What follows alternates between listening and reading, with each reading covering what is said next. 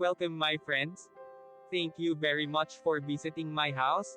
And sorry, the other parts of my videos, camera, are replicating, blur, or bright, because it's my time that I did it on purpose so that other people who pass by on the walking street in Balibago won't expose their faces too much. I hope you're kindly understanding my video. Now, sit and listen the history of the walking street, and I will also show you what is happened inside the walking street. If you have been here, please watching the beautiful sight at the walking street, Fields Avenue, Balibago, Angeles City.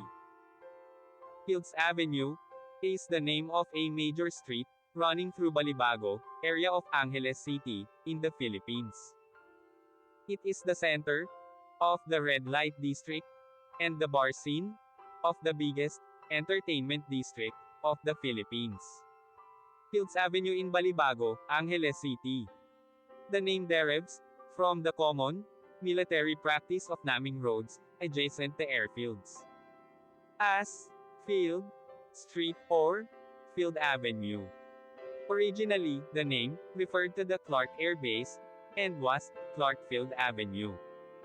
The name evolved to become Fields Avenue. History: Fields Avenue, Balibago, Angeles City, Pampanga, Philippines. Philippines was an American colony from 1898 to 1946. Bars on Fields Avenue. Catering to the single American defense personnel who worked in the adjacent Clark Air Base, first emerged in 1940. During 1940s and 50s, there were only 3 such bars just outside the main gate of the airbase. By early 1960s, the Fields Avenue developed as a street line with several bars.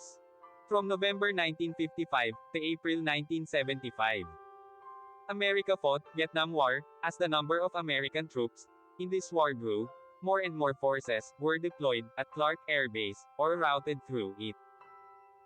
This led to a pro-life ration of bars, live bands, and prostitution, the latter mostly by young Filipino women, most of them either teenagers or 18 hanggang 55 years old. By the 1970s, there were more than 150 bars and prostitution joints along Fields Avenue. This led to a mushrooming of related ancillary industries in the vicinity, namely music bands, hotels, doctors, hairdressers, and money exchange transfer services. In its heyday, Fields Avenue provided direct or direct employment to nearly 20,000 Filipinos, including plumbers, electricians, and security guards. In the 1980s, though the American presence remained steady, the bars and prostitution shops continued to proliferate. Many bars and prostitution dens were owned by Americans, as well as local politicians, thus leading to a nexus between the locals, politicians, and American military and ex-military personnel. With the withdrawal of American Defense Forces from Clark in 1993, many of these establishments changed hands, but continued to do business. As Clark was turned into a Special Economic Zone, SEZ, these bars and prostitution joints changed their clientele to suit their new customers, Japanese and Korean businessmen. Restaurants serving food from these countries began to appear, and signboards in these languages were put up. The period from 2000 hanggang 2010 saw further expansion of these joints, as the area was relabeled as an entertainment district. While prostitution was officially banned, girls working here were simply redesignated as guest relations officers, GRO, and prostitution continued in practice. Since then, bars and prostitution joints have continued to proliferate and expand. The extent of these establishments has continued further on both sides of Fields Avenue, and many smaller streets of Fields Avenue also sport smaller such establishments. In 2010, a section of Fields Avenue, at the end where it meets the MacArthur Highway was named as Walking Street, mimicking Walking Street in Pattaya. This section was made pedestrians only, with road traffic banned from 6 p.m. to 6 a.m. People arriving by air either take a taxi, direct to hotel, or a jeepney to Main Gate Jeepney Terminal, located between the North SM Mall, Fields Avenue to South, and Bayanihan Park to East. Those arriving from Manila by bus ask the driver to drop them off at the corner of Fields Avenue and MacArthur Highway, or alight at Capas Angeles Transport Terminal, which is also walking distance from Fields Avenue and the MacArthur Highway.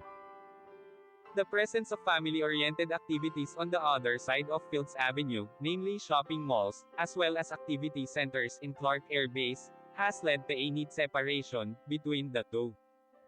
Fields Avenue tends to cater more to single foreigner men. And sometimes women too, with at least 5 bars, featuring gigolos and gays, while the rest of Clark caters to family-based entertainment. Fields Avenue remains among the safest streets in the region, with restaurants and hotels.